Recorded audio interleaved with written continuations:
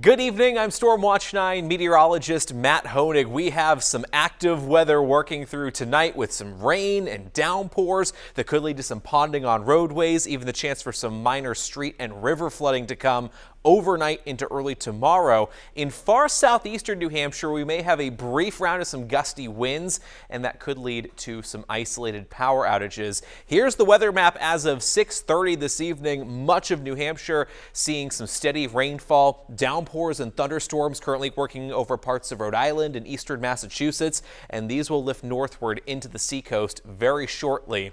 A flood watch continues for much of the state through tomorrow morning, as we could pick up an additional inch to inch and a half of rainfall in some areas on top of what we've already picked up during the daytime hours of Wednesday. So here's Futurecast through the rest of the evening. Still some steady rain and embedded downpours likely. A big contrast in temperatures over southeastern New Hampshire as well. Some of you along the coastline nudging 60 degrees, while inland we are still in the upper 30s to near 40, and that will probably stay that way through late tonight.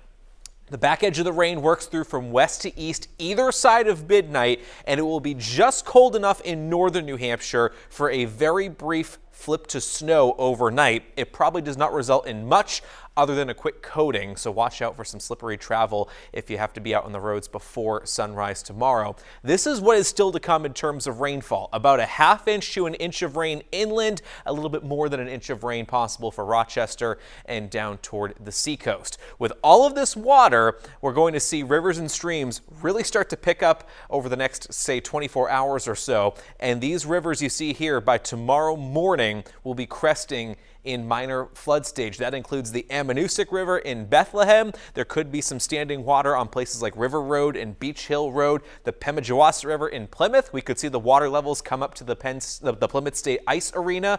And then the Suncook River at North Chichester could also see some minor flooding. This would include places in Allenstown along Riverside Drive, as well as Buck Road in Epsom.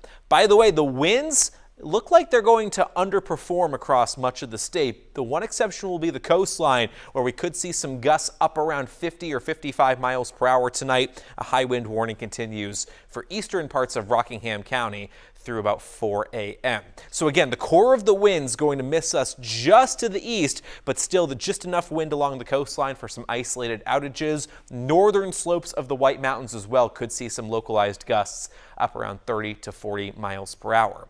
Anything that is still damp overnight, there's a chance that it could refreeze by early tomorrow morning. Look at all these areas shaded in blue over the interior, where temperatures will fall below freezing right around daybreak tomorrow. So that is the concern for a little bit of patchy black ice. Just be careful of that on the Thursday morning commute.